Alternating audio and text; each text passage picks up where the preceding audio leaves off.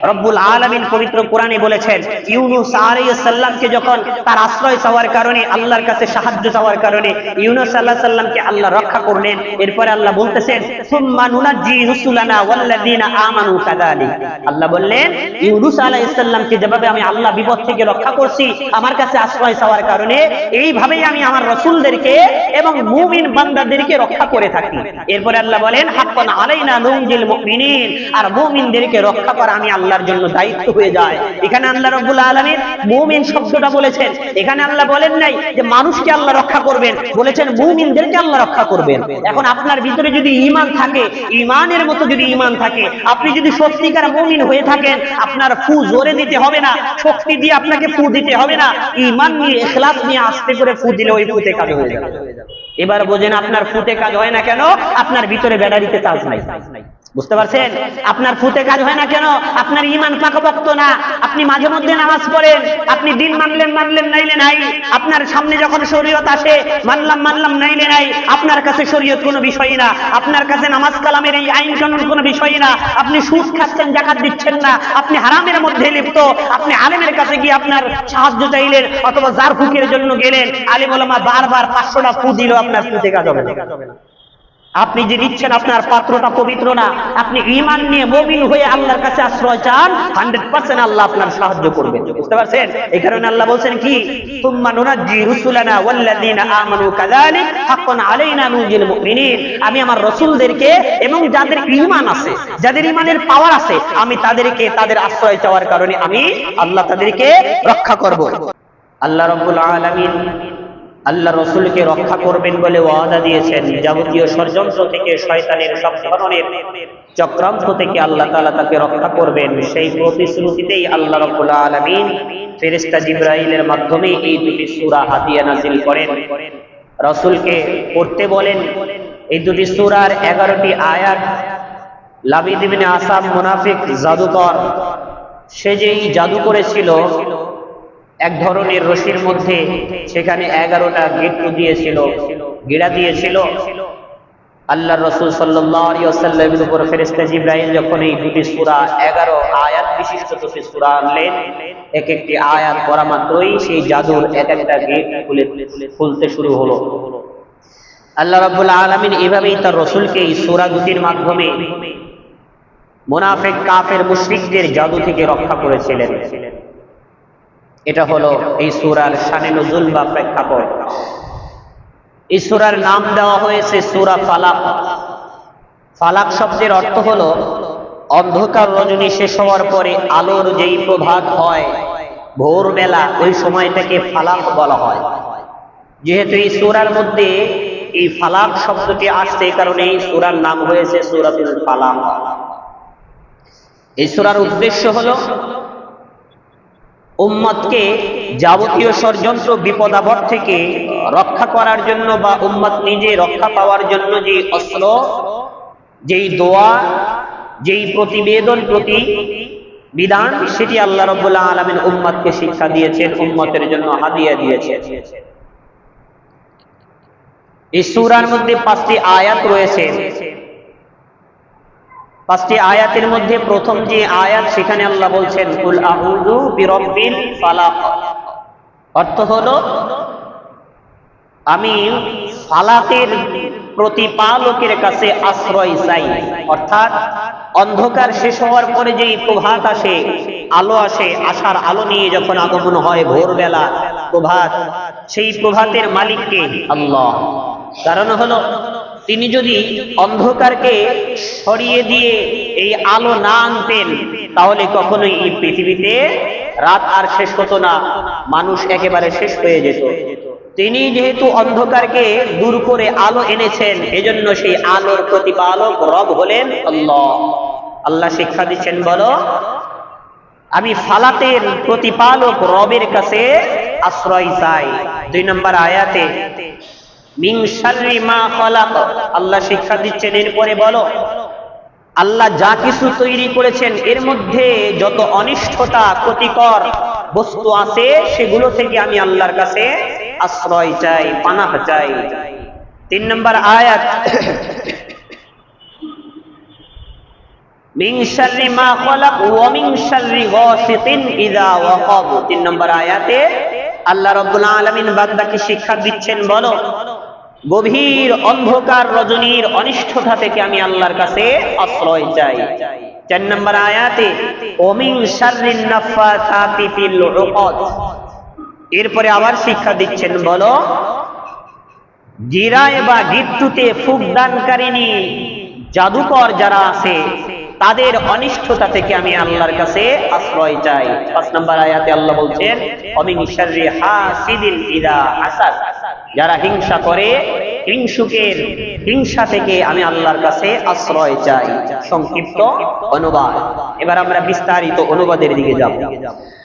প্রথম আয়াতে আল্লাহ বললেন, শিক্ষা দিচ্ছেন, কুল হে নবী আপনি বলেন। স্বাভাবিকভাবে রাসূলকে বলতেন, হে রাসূল এই যে একটা দোয়া, বিপদ আপদ আসলে এই দোয়া পড়েন, কিন্তু না, আল্লাহ আদেশ দিচ্ছেন নবী আপনি বলেন। আদেশ দিয়ে কেন রাসূলকে এই দোয়া শিক্ষা দিলেন?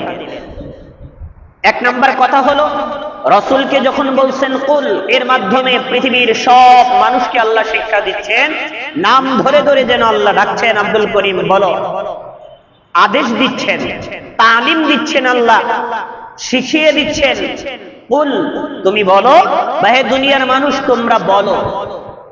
আদেশবাচক শব্দ আনলেন কেন? 1 নম্বর হলো তিনি তালিম দিচ্ছেন, শিক্ষা দিচ্ছেন। 2 নম্বর হলো ইখলাসের পরীক্ষা নিচ্ছেন বান্দার কাছ থেকে। বান্দাকে যখন আল্লাহ শিক্ষা দিচ্ছেন, বান্দা এইভাবে এইভাবে বলো, এর মাধ্যমে বোঝা গেল যে বান্দা একেবারে অক্ষম বা দুর্বল। বান্দার দুর্বলতার স্বীকৃতি স্বরূপ আল্লাহ বললেন এভাবে বলো। এরপরে আদেশবাচক শব্দ আনার মাধ্যমে আল্লাহ বোঝাচ্ছেন এটি একটি আদেশ, ঐচ্ছিক না যে তুমি বিপদে পড়ছো আল্লাহকে ডাকলা নাইলে নাই, বিষয়টা ওরকম না। কুল এই আদেশবাচক শব্দের মাধ্যমে আল্লাহ সারা পৃথিবীর মানুষকে আদেশ দিচ্ছেন, অত্যাবশ্যক বাধ্যতামূলক তুমি যখন কোনো বিপদে পড়বা অবশ্যই আল্লাহর কাছে চাইবা, আল্লাহ ছাড়া অন্য কারো কাছে চাওয়ার কোনো সুযোগ নাই। বুঝতে পারছেন? আল্লাহ যখন বললেন বলো, আদেশ দিচ্ছেন, এর মানে অত্যাবশ্যক জরুরি হলো যে কোনো ধরনের বিপদ আপদের ক্ষেত্রে আল্লাহর কাছে আশ্রয় চাইতে হবে। আল্লাহ ছাড়া ওই পীর, ওই জাদুকর, ওই বাবা, ওই দরবার কারো কাছে কোনো কিছু চাওয়ার কোনো সুযোগ নাই। এই কারণে আল্লাহ বলছেন, নির্দেশ দিচ্ছেন, অর্ডার দিচ্ছেন, বলো কি বলবা। আল্লাহ শিক্ষা দিচ্ছেন, কুল আউযু, আল্লাহ আমি আশ্রয় চাই। আরবি ভাষার ব্যাকরণের এই আউযু শব্দের মাসদার হলো ইয়াদ, যার শাব্দিক অর্থ হলো কোন শক্তিশালী বস্তুর সাথে মিশিয়ে গিয়ে কোন শক্তিশালী জিনিসকে আপন করে যে কোনো বিপদ থেকে রক্ষা পাওয়ার নাম হলো আউযু বা আল ইয়াদু, তাআউযু। একটা বিশাল বড় পাহাড়, কোথাও আপনি যাচ্ছেন, সফর করতেছেন, হঠাৎ করে দেখলেন ঝড় বৃষ্টি আসতেছে।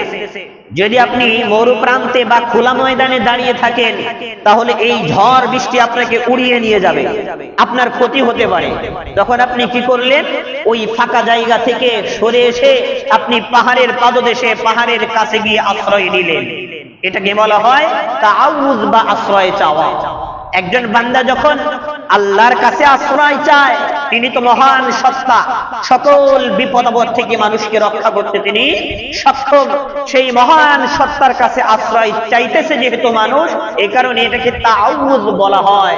আল্লাহ রাব্বুল আলামিন সবচেয়ে বুদ্ধিমত্তার সাথে বান্দার জন্য পারফেক্ট, বান্দার জন্য যেটা সুযোগ, যেটা লাগে কাজে, যেটা উপকারী, এরকম একটি শব্দ এখানে এনেছেন। আল্লাহ বললেন বলো আউযু, আমি আশ্রয় চাই। এরপরে এই আউযু শব্দটি আপনারা যারা আরবি ব্যাকরণের প্রাথমিক জ্ঞান রাখেন আপনারা জানেন, আরবি ইংরেজিতে আমরা টেন্স পড়ছি 3টা, প্রেজেন্ট, পাস্ট, ফিউচার। কিন্তু আরবিতে স্বাভাবিকভাবে প্রাথমিকভাবে টেন্স বা ভার্ব, সময় বা কাল 2 প্রকার। একটা হলো মাজি আর একটা হলো মুজারে। মাজিটা হলো পাস্ট, অতীত কাল, আর মুজারের মধ্যে 2টি কাল আছে, বর্তমান কাল এবং ভবিষ্যৎ কাল। একটি শব্দের মধ্যে আরবিতে 2টি কাল থাকে, বর্তমানও বোঝায়, সামনে ভবিষ্যৎও বোঝায়। আল্লাহ রাব্বুল আলামিন এখানে বর্তমান কাল এনেছেন, অর্থাৎ মুজারে এনেছেন। এর মানে আমি আশ্রয় চাই অথবা আমি আশ্রয় চেয়েছিলাম না অথবা আমি আশ্রয় চাইবো না, অর্থ হবে আমি আশ্রয় চাই। আপনি যদি বলেন আমি আশ্রয় চেয়েছিলাম, আগে চেয়েছিলেন কিন্তু এখন বিপদ আসছে অথবা সামনে বিপদ আসবে, এর জন্য আপনি কিভাবে আল্লাহর কাছে বলবেন? আল্লাহ শিখিয়ে দিচ্ছেন, বলো আমি আশ্রয় চাই বা এখনই, আমার আশ্রয়টা এখনই দরকার। কারণ আল্লাহ রাব্বুল আলামিনের সেফটি বা তার নিরাপত্তা ছাড়া বান্দা এক মুহূর্তেও পৃথিবীতে টিকতে পারে না, ঠিক না? আল্লাহ যদি সাহায্য না করেন, তিনি যদি বিপদ আপদ থেকে, শয়তানের ষড়যন্ত্র থেকে যদি আল্লাহ রক্ষা না করেন, কোন বান্দার পক্ষে টিকে থাকা সম্ভব না। এই কারণে আল্লাহ শিক্ষা দিচ্ছেন, বলো আমি আশ্রয় চাই। আমি চাইবো বা চেয়েছিলাম না, আমি এখনো চাই। যখন বিপদ আসে আমি সদা সর্বদাই আল্লাহর কাছে আমি আশ্রয় চাই বিপদ আপদ থেকে। এই কারণে আল্লাহ রাব্বুল আলামিন বর্তমান কালের একটি শব্দ, এখানে একটি বার বা ফেল এখানে এনেছেন। এরপরে আল্লাহ বললেন কি, কার কাছে আশ্রয় চাইবা? কুল আউযু বিরাব্বিল ফালাক, ফালাকের রবের কাছে আশ্রয় চাই। অর্থাৎ সারা রাত অন্ধকার চলে গেছে, অন্ধকার এটা তো মানুষের জন্য অনিষ্টতাকারী একটি শত্রু। অন্ধকারে মানুষ দুর্বল থাকে, অন্ধকারে বিপদ আপদ বেশি আসে, অন্ধকারে জিনভূত মানুষের উপরে সওয়ার হয়, বিভিন্ন কারণে এই অন্ধকার রজনী এটা মানুষের জন্য বিপদ। যখন এই অন্ধকার দূর করে মানুষের জন্য আলো নিয়ে আসলেন, কে নিয়ে আসতেন? তিনি হলেন আমার আল্লাহ। এ কারণে তিনি হলেন প্রভাত বা ভোরবেলার রব বা প্রতিপালক বা মালিক। আল্লাহ রাব্বুল আলামিন এখানে বলেন নাই যে আল্লাহর ফালাক অর্থাৎ আল্লাহর ভোরকাল অথবা আল্লাহর অন্য যেই গুণবাচক নাম আছে সেগুলো আনেন নাই, তিনি আনছেন রব। রব শব্দের অর্থ কি? রব শব্দের তিনটি অর্থ থাকে। এক নাম্বার হলো রবের ভাবার্থ একটা থাকে হলো স্রষ্টা। এখানে স্রষ্টা বা রব শব্দ কেন আল্লাহ আনলেন? স্বাভাবিকভাবে আপনি যদি কোনো কিছু তৈরি করেন, ধরেন আপনি বাড়িতে একটি মাটির একটি পাত্র তৈরি করছেন অথবা বাড়িতে একটি জিনিস তৈরি করছেন, আপনি কিভাবে তৈরি করছেন, কোন কোন জিনিস এখানে দিচ্ছেন, এটা তো আপনি ভালো জানেন নাকি আপনি বানাইছেন আরেকজন এসে বলে দিবে যে এরপর কি কি জিনিস দিচ্ছেন? আপনি জানেন কয় নাম্বার খোয়া বা কয় নাম্বার সিমেন্ট দিচ্ছেন, আপনি ভালো জানেন। আপনি ভালো জানেন এখানে 1 নাম্বার দিচ্ছেন নাকি 2 নাম্বার দিচ্ছেন। যদি 2 নাম্বার দিয়ে থাকেন তাহলে আপনি বুঝবেন খুব তাড়াতাড়ি ধ্বংস হয়ে যাবে। আর যদি আপনি বোঝেন না 1 নাম্বার জিনিসগুলো দিছি তাহলে এটা টেকসই হবে। তো আপনি যেটা বানান ওটা সম্পর্কে আপনিই ভালো জানেন, ঠিক কিনা? তো যিনি ওই ভোরবেলা এনেছেন, যিনি আমাদেরকে আলোর মুখ দেখিয়েছেন, দিনের এই আশার আলো আমাকে যিনি দিয়েছেন, তিনিই তো এই ভোরবেলা রাত্রি সম্পর্কে ভালো জানেন, ঠিক কিনা? এই কারণে আল্লাহ বলছেন ফালাকের রব, অর্থাৎ ফালাক যিনি এনেছেন, ভোরবেলা যিনি উন্মুক্ত করে দিয়েছেন, ওই রবের কাছে আমি আশ্রয় চাই। এরপরে রব শব্দের আরেকটি অর্থ হলো মালিক। আগের যে রব শব্দের আরেকটি অর্থ আসবে মানুষের রব, কারণ মানুষকে আল্লাহ বানাইছেন। মানুষের কখন বিপদ হয়, কোন দিক থেকে বিপদ আসে, এগুলো আল্লাহ ভালো জানেন, ঠিক কিনা? স্বাভাবিকভাবে রাত্রি যখন আসে তখন মানুষের জন্য বিপদ হয়, এই কারণে রব শব্দ এনেছেন। রব শব্দের আরেকটি অর্থ হলো মালিক। মালিক মানে কি? আমার যিনি মালিক আমি তার সম্পদ। আপনি যদি 10 টাকার মালিক হন তাহলে এই 10 টাকা আপনার সম্পদ, ঠিক কিনা? আপনি যদি 10 তলা একটা বিল্ডিং এর মালিক হন তাহলে এই 10 তলা বিল্ডিং আপনার সম্পদ, ঠিক না? তাহলে যদি আপনার সম্পদ হয়, আপনার সম্পদ রক্ষা করার জন্য দরদ কি আপনার হবে নাকি আরেকজনের হবে? আপনার সম্পদ রক্ষা করার জন্য দরদ আপনার হবে না? আপনার দায়িত্ব আসবে না? নাকি আরেকজন এসে আপনার সম্পদ রক্ষা করবে? আপনি কোনো মতে টাকা এখানে রেখে দিয়েছেন, আপনি ভাবলেন এটা দেখাশোনার দায়িত্ব আর আমার না, আরেকজন এসে এখানে পাহারা দিবে, এরকম? নাকি আপনি খাওয়া দাওয়া সব বাদ দিয়ে আপনার টাকা পয়সা পাহারার জন্য, আপনার টাকা পয়সা দেখাশোনা করার জন্য আপনি বসে যাবেন যেন আপনার টাকা যেন চুরি করে কেউ না নিয়ে যায়, ঠিক না? তো মানুষ হলো আল্লাহর সম্পদ। যেভাবে মানুষ তার নিজের সম্পদকে হাতছাড়া করে না, যেভাবে মানুষ তার সম্পদকে বিপদে ফেলায় না, যেভাবে তার সম্পদ হারিয়ে না যাক এই চিন্তা ভাবনা মানুষ করে, অনুরূপ আল্লাহ রাব্বুল আলামিন তার নিজের সম্পদকে রক্ষা করবেন বিধায় এখানে রব শব্দ এনেছেন। এটার মাধ্যমে বোঝাচ্ছেন যে আল্লাহর সম্পদ হলো মানুষ, আর এই মানুষকে আল্লাহ তাআলা উত্তম ভাবে রক্ষা করবেন। এরপরে রব শব্দের আরেকটি অর্থ আছে হলো লালন পালনকারী। যেই জিনিস আমি লালন পালন করি বা দেখাশোনা করি ওর প্রতি দরদ আমার আছে না নাই? যেমন মা বাবা সন্তানকে লালন পালন করে, মা বাবা মানে সন্তানকে ভালোবাসে না নাকি? সবচেয়ে বেশি ভালোবাসে, কারণ মা বাবা সন্তানকে লালন পালন করছে। আপনি যখন কোনো জিনিস লালন পালন করবেন তার ভালোবাসা সবচেয়ে বেশি আপনার অন্তরের মধ্যে থাকবে, ঠিক না?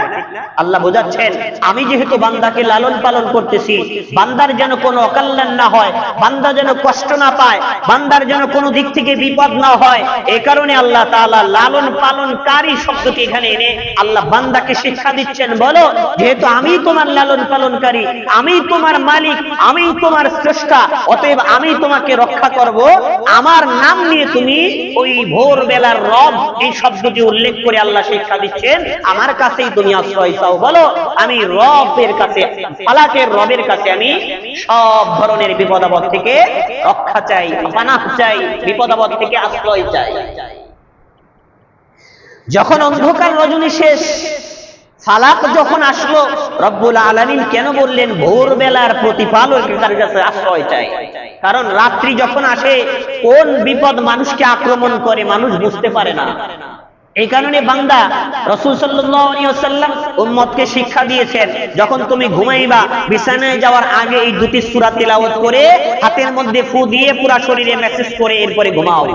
এর মাধ্যমে আল্লাহর সাথে তোমার একটা চুক্তি হয়ে গেল যে আল্লাহ এই অন্ধকার রজনী আসতেছে, গভীর রজনী, এই রাত্রি বেলায় তো মানুষের জন্য যত ধরনের অনিষ্টতাকারী আছে সব মানুষকে গ্রাস করে নেয়। আল্লাহ এই অন্ধকার রজনীর যাবতীয় অকল্যাণ, অনিষ্টতা, ক্ষতিকর থেকে আমি আপনার কাছে আশ্রয় চাই।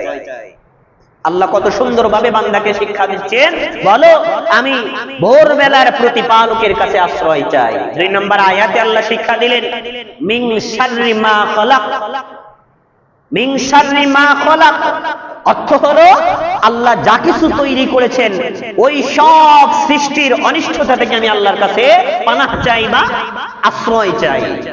এখানে আল্লাহ বললেন মা খলাক, যেহেতু রাসূল সাল্লাল্লাহু আলাইহি ওয়াসাল্লামের উপর কাফেররা জাদু করেছে, জাদুর বিপদ থেকে রক্ষা পাওয়ার জন্য, রক্ষা করার জন্য আল্লাহর রাসূলকে এই আয়াতগুলো শিক্ষা দিচ্ছেন। কিন্তু আল্লাহ এখানে বান্দার স্বীকারোক্তির মাধ্যমে শিক্ষা দিলেন, বান্দা বলো আল্লাহ যা কিছু তৈরি করেছেন তার মধ্যে যেগুলো খারাপ সেইগুলো থেকে আমি আল্লাহর কাছে আশ্রয় চাই। মা খলাক শব্দের অর্থ হলো আল্লাহ যা কিছু তৈরি করেছেন। আল্লাহ এখানে কেন বললেন না যে আমি জাদু থেকে রক্ষা চাই, আমি ওই ষড়যন্ত্র থেকে রক্ষা চাই, আমি জিন ভূতের আসর থেকে রক্ষা চাই? এগুলো আল্লাহ শিক্ষা দেন নাই। আল্লাহ ব্যাপকভাবে মা খলাক বলে যাবতীয় অকল্যাণ থেকে রক্ষা চাই। কারণ কি? 1 নাম্বার কারণ হলো বান্দা নিজে জানে না কোন জিনিসের মধ্যে তার বিপদ আছে। আমি কি জানি কোন জিনিসের মধ্যে আমার বিপদ আছে? আমি অনেক কিছুই জানি না, আমি অনেক কিছুই জানি না। হতে পারে আমার স্ত্রী আমার জন্য বিপদ, হতে পারে আমার সন্তান আমার জন্য বিপদ, স্বয়ং আমার হৃদয়, আমার নফস আমার জন্য বিপদ হতে পারে, ঠিক না? ঠিক এই কারণে আল্লাহ বান্দাকে নির্দিষ্ট কোনো বিপদের কথা বলে নাই যে আল্লাহর উপর ছেড়ে দাও, আল্লাহ যেটা ভালো জানেন, আল্লাহ যেটা ক্ষতিকর জানেন, ওই থেকে আমি আল্লাহর কাছে আশ্রয় চাই। আল্লাহ নির্দিষ্ট কোনো বিপদের কথা না বলে বান্দাকে কত সুন্দর অর্থবহ বাক্যর মাধ্যমে আল্লাহ বান্দাকে শিক্ষা দিচ্ছেন, বলো মিন শাররি মা খলাক। আল্লাহ আপনি যা কিছু তৈরি করেছেন সেগুলোর মধ্যে যেগুলো খারাপ, যেগুলো মানুষের জন্য কল্যাণ, যেগুলো মানুষের জন্য ক্ষতিকর, ওই যাবতীয় বিপদ আপদ থেকে আমি আল্লাহর কাছে আশ্রয় চাই। এরপরে 3 নম্বর আয়াত, মিন শাররি মা খলাক ওয়া মিন শাররি গাসিকিন ইযা ওয়াকাব। 3 নম্বর আয়াতে বান্দাকে শিক্ষা দিচ্ছেন, বান্দা বলো গভীর অন্ধকার রজনীর অনিষ্টতা থেকে আমি আল্লাহর কাছে আশ্রয় চাই। গভীর অন্ধকার রজনী, স্বাভাবিকভাবে রাত হলো মানুষের শান্তির প্রতিকূলতায় কাজ করে, অর্থাৎ বান্দা যখন দুর্বল থাকে রাতে, তখন শয়তান এবং যাবতীয় অনিষ্টতাকারী জাদু বিদ্যা, বিভিন্ন ধরনের জাদু টোনা বান, শয়তানের সব ষড়যন্ত্র রাত্রি এলে সক্রিয় হয় বেশি। অর্থাৎ শয়তানদের সবচেয়ে বড় কাজ থাকে রাতে, মানুষের দিনের বেলা সবচেয়ে বড় বড় কাজ থাকে, প্রয়োজনীয় কাজ থাকে, আর শয়তানের বড় বড় ডিউটি বা অফিস টাইম হলো রাতে। অথচ ওই সময় মানুষ সবচেয়ে দুর্বল থাকে। এক নাম্বার হলো মানুষ ভয় পায় রাত্রে, দুই নাম্বার হলো মানুষ ঘুমায় গেলে আর কোনো কিছুর খবর থাকে না, শয়তান খুব সহজেই মানুষের ক্ষতি করতে পারে। তিন নাম্বার হলো রাত্রিতে যখন মানুষ ঘুমায় খুব দুর্বল অবস্থায় যে কোনো চোর বাটপার ডাকাত এসে তার ক্ষতি করতে পারে। এই কারণে রাত্রি হলো মানুষের সবচেয়ে দুর্বলতার সময় আর শয়তানের সবচেয়ে সক্রিয়তার সময়। এ কারণে আল্লাহ বলছেন গসিতিন অর্থ রাত, ইযা ওয়াকাত গভীর রাত, অন্ধকার রজনী। এই অন্ধকার রজনীর অনিষ্ঠতা থেকে আল্লাহ শিক্ষা দিচ্ছেন, বলো গভীর অন্ধকার রজনীর অনিষ্ঠতা থেকে আমি আল্লাহর কাছে আশ্রয় চাই। এখন এই রাত্রি বেলাতে যত ধরনের ক্ষতিকর জিনিস মানুষের জন্য থাকতে পারে, যেমন জাদুবিদ্যা রাত্রি কাজ করে, যারা জাদু করে স্বাভাবিকভাবে যতটুকু জানি তারা বলবে যে আজকে রাতে আমি দেখব, অথবা রাত্রিতে কাজ করব। রাত্রিতে বিভিন্ন ধরনের শিরকি কুফরি কার্যকলাপ একটা সিস্টেম করে রাত্রিতে রেখে দেয়। এরপরে খারাপ যেই শয়তানগুলো আছে যেগুলোর আশ্রয় এই জাদু করে তারা সামনে আসে, তাদের মাধ্যমে পরামর্শ চলে কিভাবে কোথায় রাখলে ক্ষতি হবে, অথবা এই রাত্রি বেলায় মানুষের জন্য যাবতীয় ষড়যন্ত্র, মানুষের জন্য ক্ষতি করার যত চিন্তা ভাবনা রাত্রি এলে পরামর্শ সভা বসে, ঠিক না? দুনিয়ার যে মানুষ শয়তানগুলো আছে যারা আরেকজনের ক্ষতি করে, এরা স্বাভাবিকভাবে আরেকজনের পিছনে ষড়যন্ত্র করতে গেলে রাত্রি বেলায় বৈঠক বসায়, ঠিক না? সংসদ তাদের রাত্রি বেলায় বসে। আবার জিনবোধ শয়তান জাদুকর তারাও রাত্রি বেলাতেই মানুষের ক্ষতি করার কাজকর্মগুলো করে। এই কারণে আল্লাহ রাত্রি বেলা রাত এখানে উল্লেখ করেছেন। এরপরে 4 নম্বর আয়াত, ওয়ামিন শাররিন নাফাথাতি ফিল উকাদ, এর অনুবাদ হলো গিরা বা গিট্টুতে ফুটদানকারিণী নারীর কুমন্ত্রণার অনিষ্টতা থেকে আমি আল্লাহর কাছে আশ্রয় চাই। অমিন শাররিন নাফাসাতি ফিল উকাদ, নাফাসাত অর্থ ফু দেয়, এই ফু দেওয়াকে নাফাসাত বলে। আর যে ফু দেয় এখানে আল্লাহ রাব্বুল আলামিন নারীবাচক একটি শব্দ এনেছেন, ফুৎকার দানকারিণী, অথবা যে ফু দেনে ওয়ালা মহিলা নারী, তার থেকে আমি আশ্রয় চাই। যেই মহিলা রশি একটি এনে একটু গিট্টু অথবা গিরা দিয়ে তার মধ্যে ফু দেয় মানুষের ক্ষতি করার জন্য। স্বাভাবিকভাবে এই যে মানুষকে নষ্ট করা, বদনজর দেওয়া, আরেকজনের স্বামী স্ত্রীর মধ্যে অমিল তৈরি করে দেওয়া, আরেকজনের ছেলে নষ্ট করা, আরেকজনের গরু নষ্ট করে দেওয়া, সংসার নষ্ট করে দেওয়া, স্বাভাবিকভাবে আমাদের গ্রাম অঞ্চলে এই কাজগুলো নারীরা বেশি করে, ঠিক না? আপনারা মনে হয় কিচ্ছু জানেন না, মাত্রই দুনিয়া থেকে দুনিয়ায় আসলেন। এগুলো নারীরা সবচেয়ে বেশি করে। তুলনামূলকভাবে শয়তান নারীদের মাধ্যমে সবচেয়ে বড় বড় ফাঁদ বসায়। এ কারণে পুরুষদের চাইতে নারীদের হিংসা বেশি, নারীদের মধ্যে আরেকজনের ক্ষতি করার চিন্তা বেশি থাকে। এখন যারা সুশীল শ্রেণীর আছে, যাদের মস্তিষ্ক একটু আধুনিক মনা, তারা হয়তো মনে মনে ভাবতেছে হুজুর এত নারী বিদ্বেষী কেন? যেই নারী বিদ্বেষী আপনি হইলেন, সেই নারী আপনার মা, সেই নারী আপনার বোন, এখন আমারে শিক্ষা দিবে, তালিম দিবে, হুজুর আপনি নারী বিদ্বেষী। আলেমদের চাইতে, ইসলামের চাইতে, আলেমদের চাইতে বেশি নারীদের প্রতি দরদি এই পৃথিবীর মধ্যে কেউ নাই। যারা দুনিয়াতে নারীদের প্রতি প্রেম দেখায়, দরদ দেখায়, তারা মূলত নারীদেরকে অন্যায়ভাবে ভোগ করার চিন্তা ভাবনা করে আলগা পিরিত দেখায়, আমাকে নামায়। কিন্তু প্রকৃতপক্ষে আলেম ওলামা, ইসলাম, যারা ভালো মানুষ, যারা সমাজের মধ্যে চরিত্রবান, তারা নারীদেরকে ঘরে রাখার চিন্তা ভাবনা করে, পর্দায় রাখার চিন্তা ভাবনা করে, নারীদেরকে মাঠে ঘাটে আসার ক্ষেত্রে তারা অমত প্রকাশ করে, বা নারীদেরকে বাহিরে উলঙ্গমনা বা খোলামেলায় চলাফেরার ক্ষেত্রে এরা দ্বিমত পোষণ করে। কারা? এরা নারীদের ভালো চায়, সেফটি চায়। আর যারা দরদ দেখায়া অধিকারের নামে রাস্তায় নামাইতে চায়, এরা মূলত নারীকে ভোট করতে চায়। এই যে আজকে একটা পত্রিকায় দেখলাম, একটা মেয়েটার বয়স 16 অথবা 17 বছর হয়ে গেছে, কিন্তু আমাদের তথাকথিত কুফরি নিয়ম, শিরকি নিয়ম, শয়তানের নিয়ম, 18 বছরের আগে মেয়েকে বিয়ে দেওয়া যাবে না, এই আইনের দোহাই দিয়ে 17 বছরের একটা মেয়ের বিয়ে সে নিজেই ভেঙে দিচ্ছে। সচেতন এলিট শ্রেণীর একটা মেয়ে, যেই মেয়ের 17 বছর বয়স হয়ে গেছে, বাল্য বিবাহ ঠেকাইতে হবে, নিজে একটা বিশাল কাজ করছে, যে নিজের বিয়ে নিজে ভেঙে দিছে। এরপরে সরকারের পক্ষ থেকে, প্রশাসনের পক্ষ থেকে এই মেয়েকে পুরস্কার দেওয়া হয়েছে, কারণ নিজেই নিজের বাল্য বিবাহ ভেঙে দিয়েছে। সরকার বা শয়তানের বিশাল বড় উপকার করে ফেলছে, বোঝেন নাই? এরপরে মেয়েটার বয়স 17 বছর, এখন বিয়ে করবে না, আইনের দোহাই দিয়ে যখন এই মেয়ে বিয়ের বয়স হইতে হইতে 30 বছর যাবে, কারণ বিয়ে যার জন্য করা হয়, শারীরিক উত্তেজনা নিমোশনে, শারীরিক চাহিদা পূরণে, এগুলো তো প্রত্যেক দিনই করা যায়। কিন্তু যখন আগেই যখন তার রাস্তাটা বন্ধ করে দিবেন, হালাল ভাবে যখন তার যৌবন প্রকাশের বা ব্যবহারের সুযোগ করে দিবেন, এর মাধ্যমে সমাজ বাঁচবে, গুনাহ থেকে বাঁচবে, অভিশপ্ত হওয়া থেকে বাঁচবে, বাবা মার অভিশপ্ত হওয়া থেকে বাঁচবে। কিন্তু আমাদের নিয়ম কি 18 বছরের আগে বিয়ে দেওয়া যাবে না? কি ভয়ঙ্কর একটি আইন! 18 বছরের আগে যদি একটা মেয়েকে বিয়ে না দেওয়া যায়, তাহলে 18 বছর পার হওয়ার পরে ওই মেয়ে কেন বিয়ে দেওয়ার দায়িত্ব সরকার নেয় না? কারণ কি? কারণ 18 বছর পরে এই মেয়ের বিয়ের দায়িত্ব যদি সরকার নেয়, সরকারের লুচ্চা বাটপার এদের খাহিশ পূরণ করবে কারা? আপনারা মনে হয় বোঝেন নাই, একেবারে মূর্তির মতো বসে আছেন। উত্তর না দিলে জমবে কেমনে? বোঝেন নাই? 18 বছর আগে একটা মেয়েকে বিয়ে দিতে দেন না, কি ক্ষতি? আপনার কি ক্ষতি হবে? বরং তাড়াতাড়ি বিয়ে না দিলে সরকার এবং দেশের সবচেয়ে আর বেশি ক্ষতি হয়।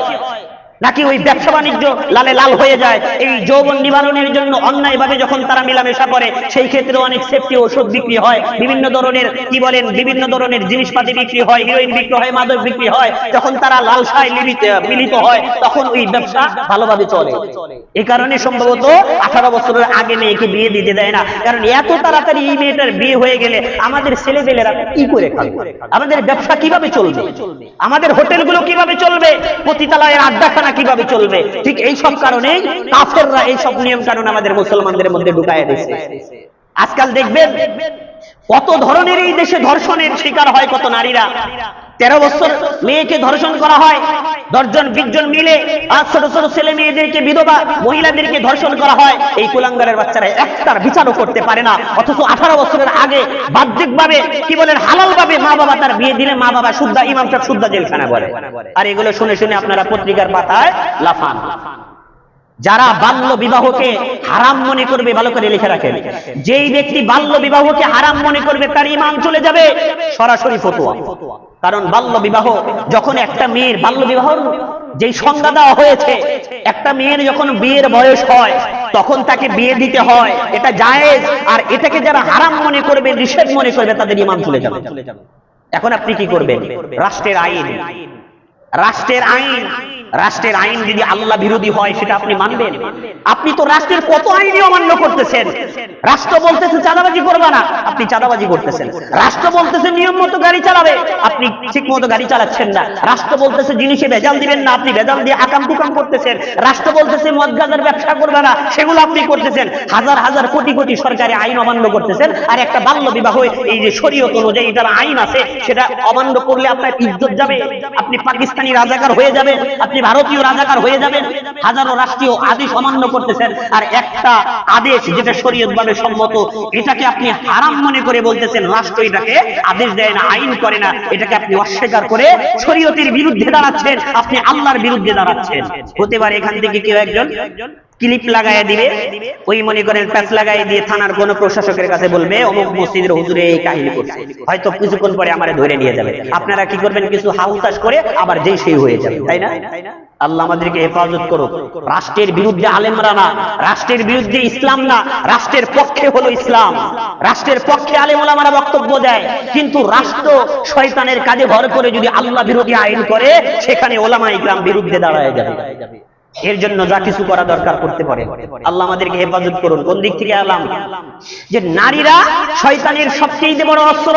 পুরুষদেরকে গায়েল করার জন্য নারীদের মাধ্যমে শয়তান সবচেয়ে বেশি কাজ করে, আর সেই নারীদেরকে আমরা খেলার পুতুল বানিয়ে দিচ্ছি। এই যে যত ধরনের ধর্ষণের বিরুদ্ধে আইন কানুন যত কিছুই করছে, ধর্ষণ থামাইতে পারছে? কাঁধে কাঁধ মিলিয়ে কাজ করো। অথচ কত ধরনের ভয়ঙ্কর তথ্য আসে, যেই সব দেশ আমাদেরকে সমান অধিকার আর গণতন্ত্রের সবক দেয়, ওই সকল দেশের খবর নেন। কয়েকদিন আগে পত্রিকায় পড়লাম, আমেরিকার প্রেসিডেন্ট কি বলেন, ওইখানের যে সংসদ সদস্যরা আছে, মহিলা সংসদ সদস্যরা আছে না, ওই আরেকজন এমপির মাধ্যমে সংসদের ভিতরেই যৌন নিপীড়নের শিকার হয়েছে আরেকজন এমপি। অথচ সেখানে তাদের ভাগ্য নির্ধারণ হয়, সেখানে সমান অধিকারের স্লোগান দেওয়া হয়, সেখানে নারী অধিকারের স্লোগান দেওয়া হয়। অথচ তারা নিজেদেরকেই সেভ করতে পারে না। আজকে আমাদেরকে সমান অধিকারের স্লোগান দিতে আর সবক দিতে। আর আমার দেশের মানুষ যারা অতি উৎসাহী, যারা ইসলাম বিদ্বেষী, তাদের চিন্তা চেতনা নিয়ে বড় হচ্ছে। আরে ঠিকই তো আছে, নারীদেরকে একটু স্বাধীনতা না দিলে হয়? স্বাধীনতার নামে বৈশাখে আপনার মেয়েকে ছেড়ে দেন, দেখবেন 24 ঘন্টার মধ্যে আপনার মেয়ে প্রেগনেন্ট হয়ে বাড়িতে ফিরে আসবে। ভাবতে হুজুর এত খারাপ কথা কেমনে কম? যখন খারাপ হওয়ার জন্য যখন আপনার মেয়েকে আরেকজনের ভোগের সুযোগ করে দেন, সেটা খারাপ হয় না। হুজুর যখন স্বাধীন ভাষায় প্রতিবাদ করে তখন হুজুর হয়ে যায় নারী বিদ্বেষী, নাকি? আল্লাহ আমাদেরকে হেফাজত করুন। এখানে আল্লাহ বললেন অমিন শাররিন নাফাসাতি ফিল উকাদ, আল্লাহ শিক্ষা দিচ্ছেন, বলো গিট্টুর মধ্যে অথবা গিরার মধ্যে সুতার মধ্যে ফুৎকারদারিনী নারীদের অনিষ্টতা থেকে আমি আশ্রয় চাই আল্লাহর কাছে। নারীরা সাধারণত পুরুষের জন্য ফাঁদে বেশি, তবে এটা নারী বিদ্বেষীর কথা না। নারীরা হলো পুরুষ জন্মদানের কারখানা। যে কোনো ধরনের এই পৃথিবীতে আল্লাহর ওলি নবী রাসূল যত ধরনের সফল পুরুষ আছে, এই সফল পুরুষের তৈরি কি বলেন কারখানা, বা এই সফল পুরুষদেরকে তৈরি করছেন হলো নারীরা। অতএব নারীদের সম্মান সবার উপরে। সম্মান মানে এটা না যে তাদেরকে আমি কাজ করাই নিলাম, তাদেরকে সামনে বসায় লাফায় নিলাম। সম্মানের আসল রহস্য হলো তাদেরকে বসায় বসায় খাওয়াও।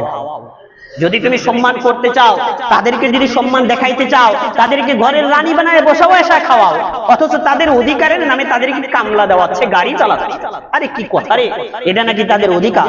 তাদেরকে খাটাচ্ছে, এই খাটানোটাও নাকি নারীদের অধিকার। আমরা বুঝিও না, বুঝলেও কাজ করি না। আল্লাহ বললেন কুল আউযু ওয়া মিন শাররিন নাফাসাতি ফিল উকাদ, বান্দা বলো যারা জাদুবিদ্যার ক্ষেত্রে ফু দেয় ওই সকল নারী চক্রের থেকে আমি আল্লাহর কাছে আশ্রয় চাই।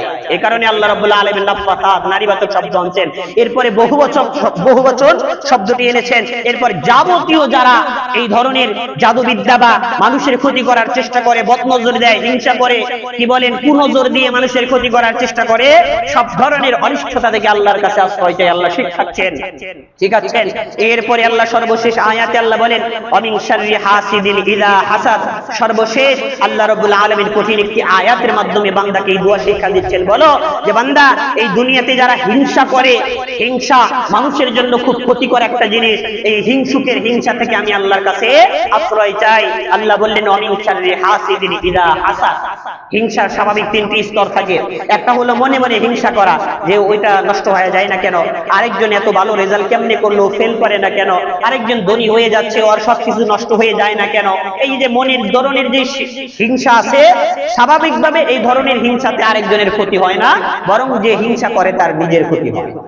অর্থাৎ আপনি যদি মনে মনে আরেকজনের ক্ষতি চান, দেখবেন ভিতরে এমন জ্বালা শুরু হবে, আরেকজনের ক্ষতি না হওয়া পর্যন্ত আপনার স্থির হতে পারবেন না, আপনি শান্তি পাবেন না। হাদিসের মধ্যে বলা হয়েছে হিংসুক তার নিজের হিংসাই জ্বলে পড়ে সরকার হয়ে যায়। হিংসুক যে হিংসা করে তার ভিতরে যে একটা ছটফট একটা অবস্থা তৈরি হয়, যে আরেকজনের ক্ষতি হয় না কেন, আরেকজন নষ্ট হয়ে যায় না কেন, এই চিন্তা ভাবনা তার মনের ভিতরে কষ্টটা এমন ভাবে জমায়ে দেয়, এটাই তার জন্য সবচেয়ে বড় শাস্তি। এরপরে হিংসার 2 নম্বর স্তর হলো কুনজর দেওয়া, বদনজর দেওয়া। আপনি চোখের মাধ্যমে একজনের দিকে তাকাইলেন, একজনের সুন্দর একটি বাচ্চা হয়েছে, শিশু বাচ্চা হয়েছে, আপনি তার দিকে তাকাইলেন, বললেন আল্লাহ কি সুন্দর একটি বাচ্চা রে, আরে আমার বাচ্চাটা কি কালো হয়ে গেছে। এই বাচ্চা যখন আপনি কুনজর দিলেন, তার খারাপই চাইলেন, এই বদনজর বা কুনজর এটাও ওই বাচ্চার উপর প্রভাব ফেলতে পারে। এটা হলো ওই হিংসার হলো দ্বিতীয় স্তর। আমরা বলি না বদনজর লাগছে, কুনজর লাগছে, এটারও একটা প্রভাব আছে, এটাও ইসলামের মধ্যে আছে। একজন মানুষের খারাপ নজরের কারণে আরেকজনের ক্ষতি হতে পারে, তার উপর সাময়িকভাবে ক্ষতিকর কোনো বস্তু প্রভাব বিস্তার করতে পারে। এটা হলো হিংসার দ্বিতীয় স্তর। হিংসার তৃতীয় স্তর হলো কর্মগতভাবে আপনি মনে মনে হিংসা করতেছেন, আর কর্মের মাধ্যমেও আপনি আরেকজনের ক্ষতি করার চেষ্টা করতেছেন। আরেকজনের ক্ষতি করার চেষ্টা করতেছেন। যেমন আমাদের এই বাল্য বিবাহের এই সেক্টর নিয়ে আমি আলোচনা করি। ধরেন পাশের বাড়ি আপনার একটা মেয়ে বিয়ে হচ্ছে, আপনার এক বন্ধু অথবা পাড়া প্রতিবেশী, মেয়েটার 16-17 বছর হয়ে গেছে, কিন্তু 18 বছর হয় নাই বিদায় সরকারি আইনি বাধা আছে। এই কারণে আপনি কি করলেন, আপনি চান না যে ওর মেয়ের আগেই বিয়ে হোক, কারণ আপনার ঘরে 3টা সুশীল মেয়ে আছে, 32 বছর হয়ে গেছে, পার্কে পার্কে তার যৌবন বিলায়, কিন্তু তার বিয়ে হয় না। এখন আপনি বলতেছেন আমার ঠাসা 3টা মেয়ে আছে, রাস্তায় রাস্তায় ছেলেদেরকে যৌবন বিলাচ্ছে, আকাম কুকাম করে বেড়াচ্ছে, আমার মেয়ে বিয়ে হয় না, ওর 17 বছর মেয়ের বিয়ে হইলো, দাঁড়া তোর বিয়ে খাওয়াচ্ছে। এদিকে পুলিশের কাছে বলে দিল অমুক জায়গায় আমার এলাকার পাশে 17 বছর মেয়ের বিয়ে হচ্ছে, 16 বছর মেয়ের বিয়ে হচ্ছে, তোমরা তাড়াতাড়ি বাল্য বিবাহের নামে যে সরকারি বিরোধী আইন এটা তোমরা ঠেকাও। আপনি যা পেশ লাগাই দিলেন, ওখানে আবার কিছু ইসলাম বিদ্বেষী পুলিশ আছে অথবা প্রশাসন আছে, তারা ভাবলো এই তো সুযোগ, এবার সরকারের কাছ থেকে স্বর্ণ পদক নিতে হবে, বাল্য বিবাহ ঠেকায়া। কি করা যায়, দলবল সহ ওই বাড়িতে এসে ওই মেয়েকে শুদ্ধ, ওই মেয়ের বাবা মা শুদ্ধ আটক করে নিয়ে গেল। কয়েকদিন পরে এই বাল্য বিবাহ ঠেকাইতে যেই প্রশাসনের কাছে খবর পৌঁছাইছিল, তাকে রাষ্ট্রের পক্ষ থেকে পুরস্কার দিলেন। বোঝেন নাই মনে হয় আমার কথা? এটাও একটা হিংসা, এটা হলো কাজের মাধ্যমে হিংসা। এটা যারা করবে কখনো কখনো যদি এটাকে হারাম মনে করে, এটা যদি নিষেধ মনে করে, নাজায়েজ মনে করে, কি বলেন অমান্য করে বলি, বাল্য বিবাহকে কেউ যদি না করে অথবা এটার বিরুদ্ধে অবস্থান নেয়, প্রথমত কি বললাম, তার ঈমান চলে যাবে। শরীয়তের আইন কানুনের নিয়ম কি? স্বাভাবিকভাবে বিধিবিধান যেগুলো আছে, যেমন মনে করেন স্বাভাবিকভাবে রাস্তার ডান পাশ দিয়ে হাঁটা সুন্নাত, রাস্তার ডান পাশ দিয়ে হাঁটা সুন্নাত, বিসমিল্লাহ বলে খাবার খাওয়া সুন্নাত, দস্তরখানা বিছায় খাবার খাওয়া সুন্নাত। এখন আপনি যদি বলেন এটা কোনো নিয়ম হইল রাস্তার ডান পাশ দিয়ে হাঁটতে হবে, এটা কোনো নিয়ম হলো দস্তরখানা বিছায় খানা খাইতে হবে, আধুনিক জামানা, ডিজিটাল স্টাইল, বাদ পড়ে গেল, খাবার নষ্ট হয় হলো, এটা তো স্বাভাবিক বিষয়। আপনি যদি দস্তরখানা বিছায় খানা খাওয়াটাকে অপছন্দ করেন, আপনি যদি রাস্তার ডান পাশে হেঁটে যাওয়াকে যদি অপছন্দ করেন, ইগনোর করেন, তুচ্ছ করেন, তখন আপনার ঈমান চলে যাবে। আর যদি মানেন যে হ্যাঁ সুন্নাত, কিন্তু আমি মানতে পারি না, মানা হয় না, অথবা শয়তানের যে কোনো ফাঁদে আমি দস্তরখানা বিছায় খানা খাইতে পারি না, স্বাভাবিক একটা গুনাহ হবে। কিন্তু যদি আপনি যদি অপছন্দ করেন, ইগনোর করেন, তুচ্ছ করেন, এটা কোনো নিয়ম হলো, সাথে সাথে ঈমান চলে যাবে। বুঝতে পারছেন? সাথে সাথে ঈমান চলে যাবে, এই ব্যক্তি কাফের হয়ে যাবে, নতুন ভাবে মুসলমান হয়ে যাবে, সরাসরি ফতোয়া। যখন এই বাল্য বিবাহ সহ যে বিষয়গুলো শরীয়ত অনুমতি দিয়েছে, সেগুলোকে যদি আপনি রাষ্ট্রের দোহাই দিয়ে হারাম মনে করেন, স্বাভাবিকভাবে রাষ্ট্র নিষেধ করছে, আমি করলাম না, কিন্তু সামগ্রিকভাবে আকীদায় বা বিশ্বাসী হয়ে আমি এটাকে নিষেধ মনে করলাম, হারাম মনে করলাম, তখন মানুষের ঈমান চলে যাবে। আল্লাহ আমাদেরকে হেফাজত করুন। কি বললাম? কর্মগত হিংসা, আপনি আরেকজনের ক্ষতি করার জন্য ষড়যন্ত্র করছেন, আপনি আরেকজনের ক্ষতি করার জন্য কিছু পেঁচ লাগাই দিলেন, এইগুলোর মাধ্যমেও যেভাবে আরেকজনের ক্ষতি হয়ে গেল, আপনার নিজের মারাত্মক ক্ষতি হয়ে যাবে। জুলুমের শিকার আপনি বলেন, জুলুমের গুনাহ আপনার হবে, আরেকজনের ক্ষতি করার গুনাহ আপনার হবে। কখনো কখনো এটাকে যদি আপনি বৈধ মনে করেন, ঈমান চলে যাওয়ার আশঙ্কাও থাকতে পারে। আল্লাহ আমাদেরকে বোঝার তৌফিক দান করুন। আজকে আমরা যে সূরার তাফসীর শুনলাম, এই আলোচনার মধ্যে কত গুরুত্বপূর্ণ আমাদের কথা রয়ে গেছে, এগুলো সম্পর্কে আমরা আলোচনা জানবো এবং আমল করার চেষ্টা করব। সংক্ষিপ্তভাবে আবার বলি, আল্লাহ রাব্বুল আলামিন প্রথমে বললেন কুল আউযু বিরাব্বিল ফালাক, অন্ধকার রজনী শেষ হওয়ার পরে ভোর যে আসে, ওই ভোরের রবের কাছে আমি আশ্রয় চাই। আল্লাহ আমাদেরকে শিক্ষা দিচ্ছেন। 2 নাম্বার, মিন শাররি মা খালাক, আল্লাহ যা কিছু তৈরি করেছেন সেগুলোর অনিষ্টতা থেকে আমি আল্লাহর কাছে আশ্রয় চাই। ওয়া মিন শাররি গাসিকিন ইযা ওয়াকাব, অন্ধকার রজনীর অনিষ্টতা থেকে আমি আল্লাহর কাছে আশ্রয় চাই। আল্লাহ শিক্ষা দিচ্ছেন ওয়া মিন শাররিন নাফাসাতি ফিল উকাদ, গিট্টুর মধ্যে অথবা গিরার মধ্যে যে সকল জাদুকারীরা ফু দেয়, ওই সকল অনিষ্টতা থেকে আমি আল্লাহর কাছে আশ্রয় চাই। এরপরে 5 নম্বর আয়াতে আল্লাহ শিক্ষা দিচ্ছেন ওয়া মিন শাররি হাসিদিন ইযা হাসাদ, যারা হিংসা করে তাদের অনিষ্টতা থেকে আমি আল্লাহর কাছে আশ্রয় চাই। এই যে একটি সূরা, এই সূরাকে ঘিরে আমাদের কিছু প্রশ্ন থাকতে পারে। 1 নাম্বার হলো, এই সূরা আল্লাহ তাআলা আমাদের কাছে কেন দিলেন? এই সূরা আমাদের কাছে আল্লাহ কেন দিলেন? এই সূরা আল্লাহ আমাদের কাছে দিবেন আমাদের অজ্ঞতার স্বীকৃত স্বরূপ, আমাদের ঔষধ রূপে, অর্থাৎ বিপদ আপদের ক্ষেত্রে যেন আমরা এই সূরা ব্যবহার করে বিপদ থেকে রক্ষা পেতে পারি। 2 নাম্বার হলো, এই সূরা আমাদেরকে দিবেন আমরা যেন শিরকের কাছে না যাই, অথবা কুফর শিরক যেভাবে আমাদের এলাকায় জাদুটোনা আছে সেইগুলোর আশ্রয় না চেয়ে আমরা যেন একমাত্র আল্লাহর কাছে আশ্রয় চাই।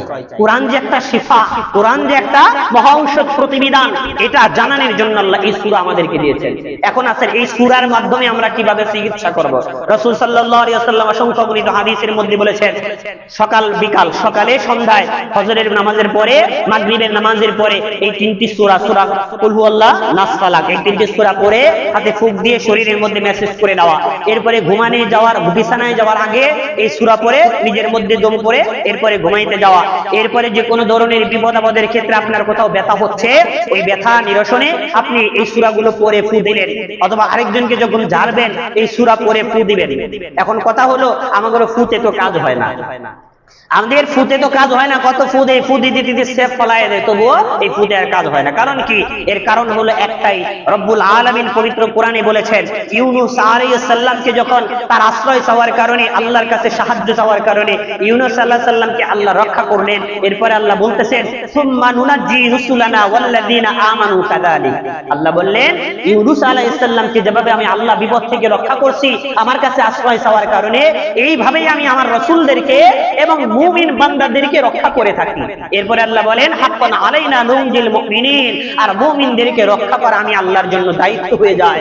এখানে আল্লাহ রাব্বুল আলামিন মুমিন শব্দটা বলেছেন, এখানে আল্লাহ বলেন নাই যে মানুষকে আল্লাহ রক্ষা করবেন, বলেছেন মুমিনদেরকে আল্লাহ রক্ষা করবেন। এখন আপনার ভিতরে যদি ঈমান থাকে, ঈমানের মতো যদি ঈমান থাকে, আপনি যদি সত্যিকার মুমিন হয়ে থাকেন, আপনার ফু জোরে দিতে হবে না, শক্তি দিয়ে আপনাকে ফু দিতে হবে না, ঈমান নিয়ে ইখলাস নিয়ে আস্তে করে ফু দিলে ওই ফুতে কাজ হয়ে যাবে।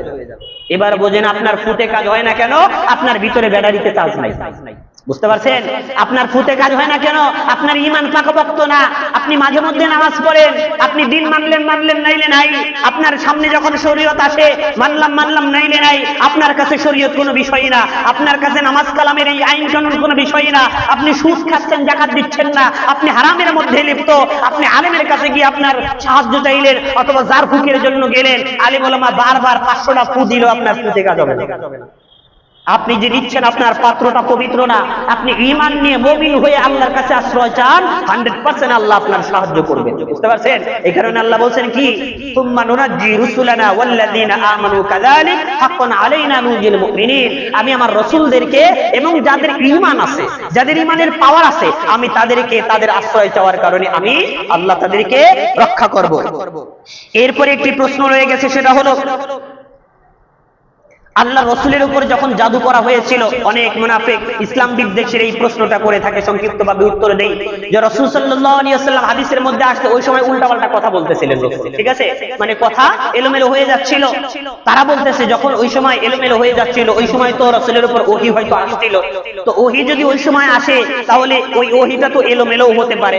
সুতরাং এই ধারাবাহিকতায় কোরআনের মধ্যে এমন ওহীও থাকতে পারে যে ওহীটা রাসূলের উপর জাদু করা অবস্থায় আসছে। সুতরাং এই ওহীর নিরেট অথবা এর সত্যতা কতটুকু থাকলো? এর উত্তর হলো রব্বুল আলামিন নিজে ওয়াদা দিয়েছেন এই কোরআনকে তিনি হেফাজত করবেন। রব্বুল আলামিন আল্লাহ রাসূলকে ওয়াদা দিয়েছেন আল্লাহু ইয়াসিমুকা মিনান নাস, অবশ্যই আমি আপনাকে রক্ষা করব, অর্থাৎ জাদু অবস্থায় হোক, যে কোনো অবস্থায় হোক, আপনাকে অবশ্যই আমি রক্ষা করব। অতএব এই কোরআনের আয়াতের মাধ্যমে বোঝা গেল ওই সময় রাসূলের উপর ওহী আসলেও ওহীর ধারাবাহিকতা অবশ্যই ঠিক ছিল, এর বাক্য এলোমেলো কখনোই হয় নাই, যেহেতু আল্লাহ তাআলা ওয়াদা দিয়েছেন। এরপরে জাদু জারফুকের একটা মাসালা আছে, এগুলো জায়েজ কিনা? বুখারী শরীফের একটি হাদিসের মধ্যে আসছে জারফুক এটা তো সম্পূর্ণভাবে জায়েজ, আপনি ফু দিলেন কোরআনের আয়াত বলে এটা জায়েজ। এবার তাবিজ কবজের বেলায়, তাবিজ কবজের ক্ষেত্রে দুইটি স্তর আছে। একটা হলো মনে করেন অজানা কোনো কুফরি কালাম, শয়তানের কোনো আনুগত্যের কালাম, অথবা সংখ্যা, অথবা ওই গরুর হাড়, অথবা অন্য কোনো পশুর চামড়া, পশুর চোখ, অথবা পশুর কলিজা, এই ধরনের জিনিস দিয়ে অনেক জাদুকররা জাদু করে, যেগুলো মানুষের ক্ষতি করার জন্য জাদু করে। এই জাদুগুলো হারাম, এগুলো জায়েজ নেই, এগুলো করলে শিরক হবে। দ্বিতীয়ত আপনি যেই তাবিজটা গলায় নিয়েছেন, আপনি যদি ভাবেন এই তাবিজ আপনাকে রক্ষা করবে, তখন শিরক হবে। তাহলে ইসলামী নিয়ম অনুযায়ী তাবিজ কোনটা ব্যবহার করলে কিছু হবে না। এই তাবিজের ক্ষেত্রে আমাদের কিছু শর্ত আছে, যে শর্তগুলো এক নাম্বার হলো আপনি যে তাবিজটা নেবেন ওই তাবিজটা অবশ্যই কোরআনের আয়াত হতে হবে অথবা আল্লাহর নাম হতে হবে। দুই নাম্বার হলো সেটি আরবি ভাষায় হতে হবে। যেই তাবিজগুলো নেওয়া জায়েজ, তাবিজ দুটি স্তরে, একটা হলো কুফরি আর একটা হলো জায়েজ, ইসলামী শরীয়ত সম্মত। কোরআনের আয়াত হতে হবে অথবা আল্লাহ রাসূলের নাম বিশিষ্ট হতে হবে, এটা আরবি ভাষায় হতে হবে এবং এটা বোধগম্য হতে হবে। এমন একটা জাদুকররা জিনিস লিখে দিল যেগুলোর অর্থ বোঝাই যায় না, কি যে লিখছে কিচ্ছু বোঝা যায় না, অর্থাৎ অর্থবোধক না, কোরআনের আয়াতের সাথে মিল নাই, এই সকল জিনিস দিয়ে তাবিজ দিলে শিরক হবে, গুনাহ হবে। এরপরে শিরকি বা অজানা কোনো শব্দ থাকতে পারবে না, তাবিজের উপর ভরসা করা যাবে না, আল্লাহই শিফা দান করবেন এই ভরসা রাখতে হবে। এই শর্ত সাপেক্ষে তাবিজ আপনি নিতে পারেন। তাবিজটা হলো ঔষধের মতো, আপনি যখন নাপা খান আপনি নিশ্চিত হন না আমার জ্বর সেরে যাবে, এটা কিন্তু করা যাবে না। বলতে হবে আল্লাহ তাআলা আমাকে সারাবেন, নাপা ঔষধটা হলো একটা ওসিলা মাত্র। অতএব তাবিজ, কবজ, জার, ফুক এগুলো হলো ঔষধের মতো, নাপা ঔষধের মতো। আপনি যখন এটা খাবেন, যে এইভাবে ওষুধ আপনাকে সারাইতে পারে না, আকীদা বিশ্বাস রাখতে হবে আল্লাহ আমাকে সারাবেন। ওইরকম তাবিজ কবজ জার ফুকের ক্ষেত্রে আকীদা রাখতে হবে এটা তো মাত্র ওসিলা, ঔষধের মতো, প্রকৃতপক্ষে আল্লাহ আমাকে শিফা দান করবেন। এই শর্ত সাপেক্ষে আপনি তাবিজ কবজ নিতে পারেন। আল্লাহ আমাদেরকে বোঝার তৌফিক দান করুন। আমিন ওয়া আখিরু দাওয়ানা আলহামদুলিল্লাহি রাব্বিল আলামিন। সুন্নাত যারা পড়েন নাই সুন্নাত